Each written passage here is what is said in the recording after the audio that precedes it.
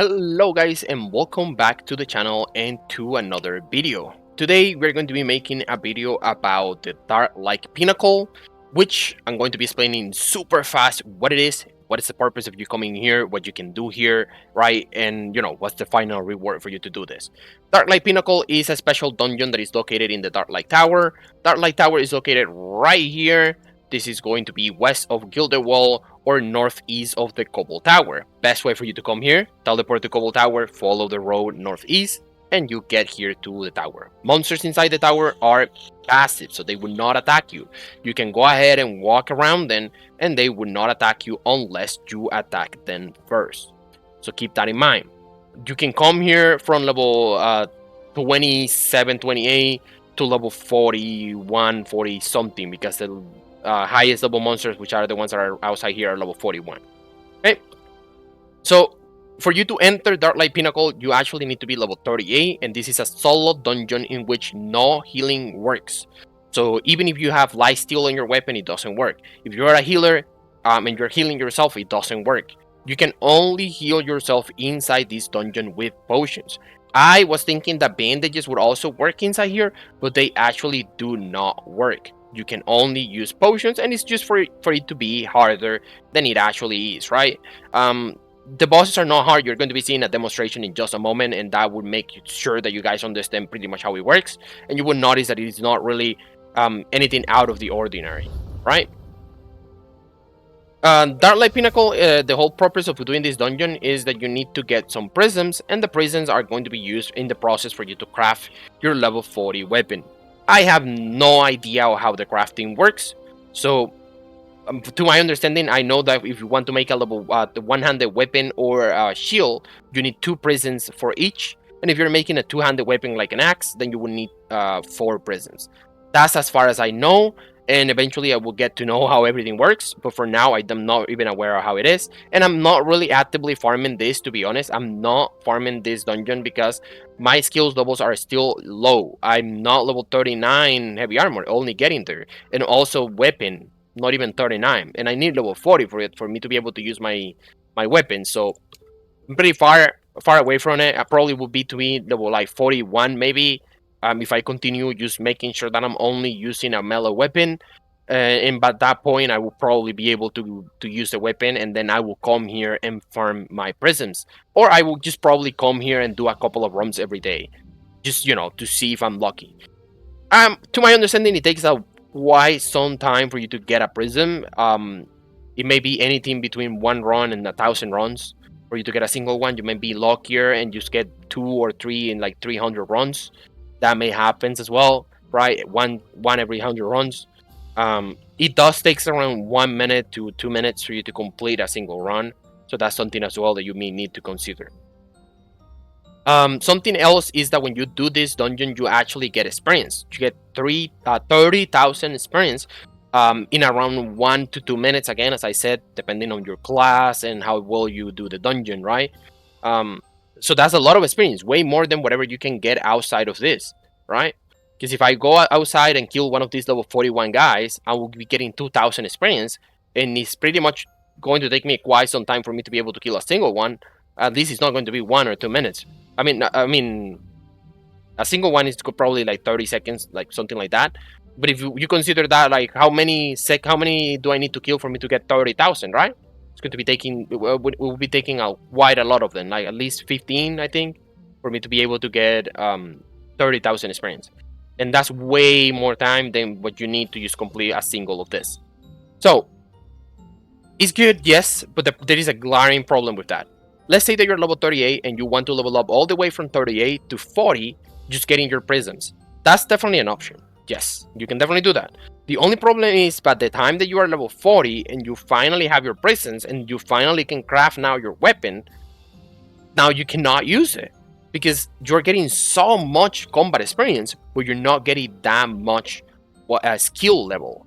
So your skill level is going to be lower than your actual combat level.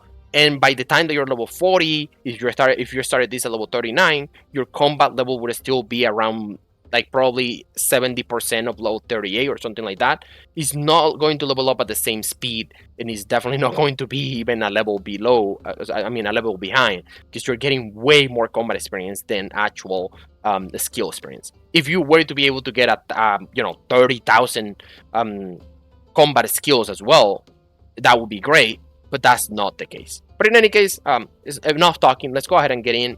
I think that's everything that you need to know. So quick demonstration. First thing you need to know is that as soon as I get in, you will be able to see a debuff on the top of my screen that says that I'm potion locked, so I can only heal with potions, right? And Auriel is the first boss. Again, just do damage, and he attacks you back. He's the only one that actually attacks you without attacks, but mostly what he does is that he summons these in the ground. So pay attention to the tiles that are free where you can step into. You need to be paying a lot of attention to that. So you're going to be losing quite some HP if you're battling this guy, right?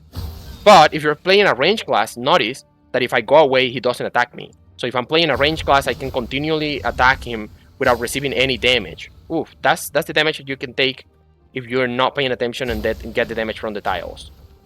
Again, this is not a perfect run, for sure it's not. I'm not an expert in this. I just want to show you guys how it works and everything. And I guess practice myself. But I can definitely do it. I have done this like at least 50 to 60 times already without dying and without any problems. You just have to make sure that you heal whenever you have your potion available if you're taking damage. Most of the times I'm not even using a potion inside here. So this is the second boss. I forgot to show you, but he does this. He summons this ball, and he also summons this shadow that chases you around and deals some damage to you. Once you get to this part of the challenge, it's a clicks, and buff bosses are going to be using their attacks at the same time.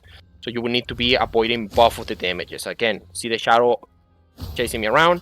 And also, don't get close to Auriel, because he's definitely going to attack you if you get close to him. So all you have to do now in this phase is just destroy this. And once you finish killing this, you should be good. I'm going to use another potion because I'm not paying a lot of attention. Most of the times when I'm doing this on myself, I'm just, paying a lot of attention so I don't take any damage. I don't want to be using potions all the time, and you don't want to be using a lot of potions as well, because, that's going to take you time for you to go ahead and go craft potions to use, which is a time that you can just be here farming this. Okay, as you can see, he's dead. Now, I got my 30,000 experience, and as you can see, I have 4,000 Empyrean experience and all the other things experience. That's really not good. But anyways, when you finish, you have to open the body here for Eclipse, and you will be getting anything between 4 and 6 gold. Most of the time it's going to be 4. You also have a random chance to get some tier A materials. And of course, you can get the prisons, right? Which is the most important thing. Once you're done with this, just right click on your name, leave instance, and that's it. Pretty much this is everything that you guys needed to know. It's very, very simple. And of course, there are many different classes that would do better here. As you can see, probably playing a range class is going to be better. I think that Dustbow, which is one of the archer classes, should be really interesting to use here, because it's a class that is very mobile.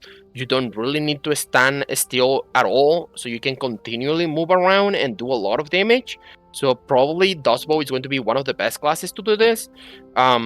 For mages, I would say Illusionist is going to be one of your best options, because you can move around while you're doing a lot of damage as well. You don't really have to stop to cast anything, or you shouldn't be stopping to cast anything. Elementalist was changed, and now you can move around while you're casting fireballs, so probably not bad. But you would probably, it's a class that is more focused on doing some AoE damage, so it's probably not the best single target class. Illusionist is more a single target class. Other melee classes like Brawler, Shadowblade, and Assassin may be really, really strong here. Blocking a little bit more of survivability. But since they are playing with medium armor, you will take a little bit less damage, because the damage that you're taking inside here is magic. So it's probably going to be way faster as well. At least Brawler, I'm pretty sure that should be really, really fast because of the amount of damage that it does. But those are my recommendations. You can try anything anyways. This is doable with any class. You can do this as a tank. You can do this as a healer. Of course, the only problem with that is that it's going to take you a long time, and you want to do these runs as fast as possible, because to save as much time as you want. If it's, let's say that it is taking you 2 minutes per run, right? And you need to complete 1,000 runs. That's going to be 2,000 minutes. If you divide that by 60 to know how many hours that is, that's 33 hours. That's definitely not, a low amount of time. That's a lot of time that you have to spend here just to get this. Assuming that you're lucky and that you get all the prisons that you're going to need within, 1,000 runs, which let's hope that that's the case, right? But you may be really, really unlucky and only get like 1 or 2 in 1,000 runs. So everything can happen. Anyways, guys, nothing more to say here. Hope you enjoyed the video. Thank you so much for being here and see you in the next one. Peace.